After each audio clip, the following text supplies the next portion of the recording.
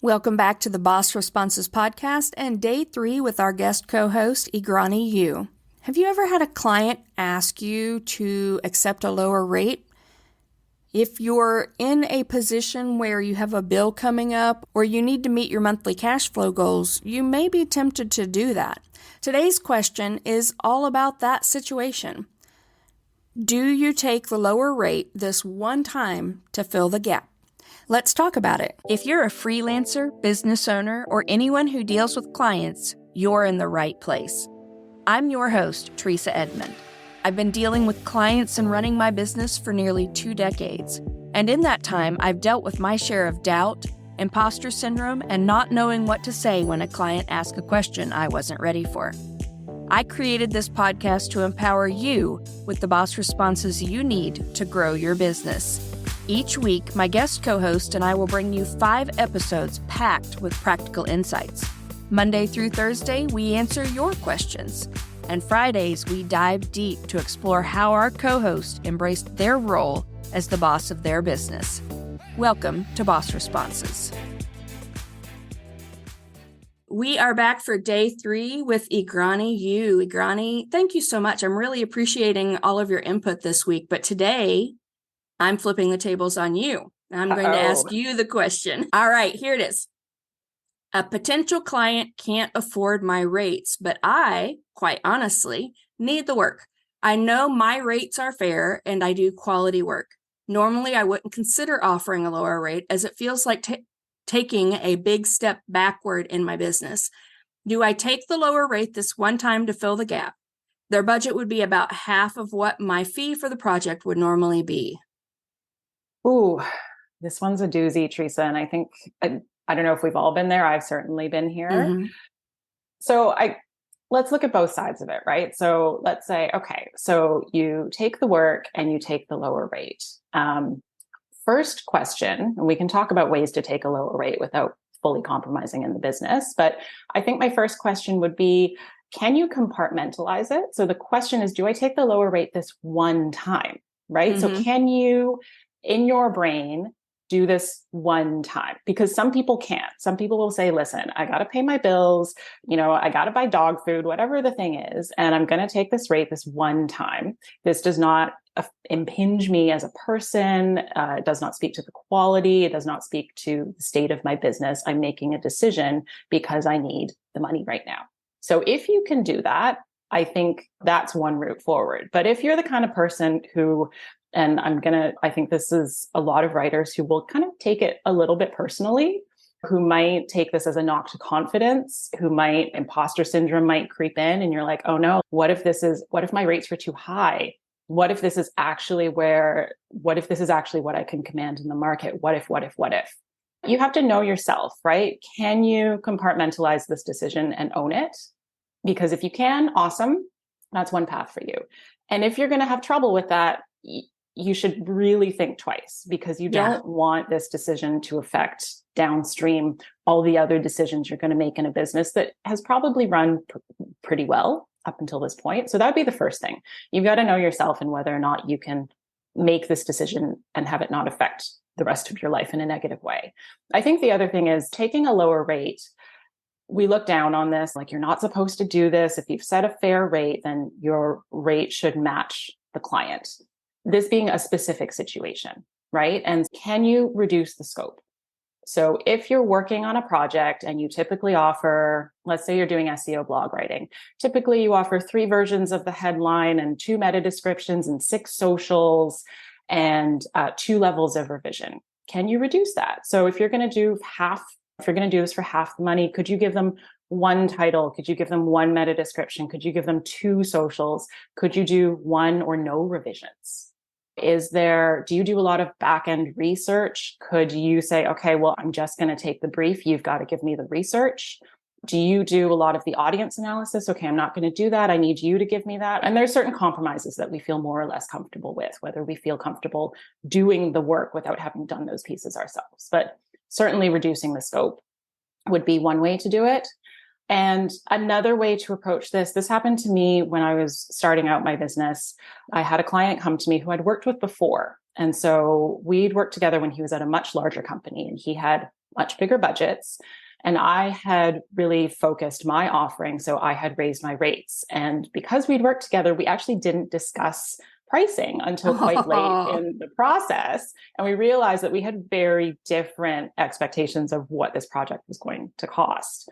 So we had this discussion. How do we reduce the scope? Okay, normally I would do a lot of research for this. Let's cut some of that. Normally I would give you 2 revisions. Let's just do 1 revision.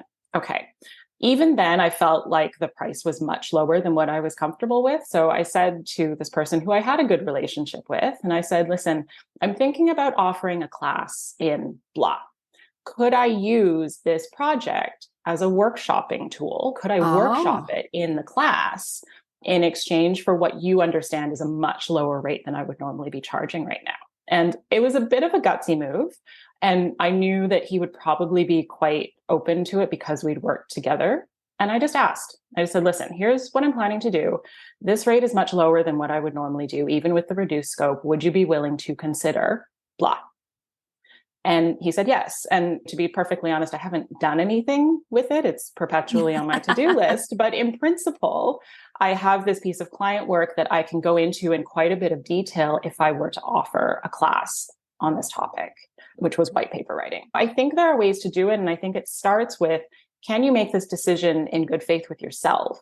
And if you can, then let's look at some ways where you're not just discounting your rate, you are actually having a consultative conversation with your client. Treasa, what about you? That's brilliant. I love that. And I'm trying to think if I've ever bargained with a client to be able to use something. I think I have a couple of times. I am with you on scope. I have a hard and fast rule now about reducing my rate, because when I have reduced my rates for people in the past, because I really wanted to do the project or I really wanted the brand name, if I reduced my rate, I ended up with a level of resentment for the fact that I was working just as hard as I would for any other client and not getting paid what I knew I was worth by that point. So it was almost a reverse mindset thing in the fact that I did it because I really, really wanted to. And then I ended up resenting that fact. And resentment happens, folks. We're all human.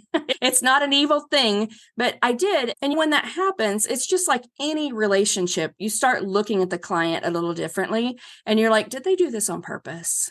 And you put those malicious thoughts in there. And that's something we have to remember. Our clients are making business decisions. It's very rarely about us. So for them, it truly was about budget. For me, it was all about, they don't understand what I'm worth. Right. So I'm lucky in the fact that by that point, I worked out all of those sticky widgets and my own issues with imposter syndrome. I still have imposter syndrome on every project over a certain dollar amount, but I don't question my worth anymore. The imposter syndrome is, are these people really going to pay this? Even though I know it's worth it. With the lowering the scope, though, I do that all the time. And I do it very deliberately. And I tell people, normally I would not do this, but I like this project and I believe in what you're doing. And I'm willing to work with you to reduce the scope of the project to meet your budget. And most of them will do that because they want to work with me or with a writer of my caliber. And that really does make a difference. Other than that, though, I seriously, I have to integrate this bargaining thing. Because there are a couple of situations.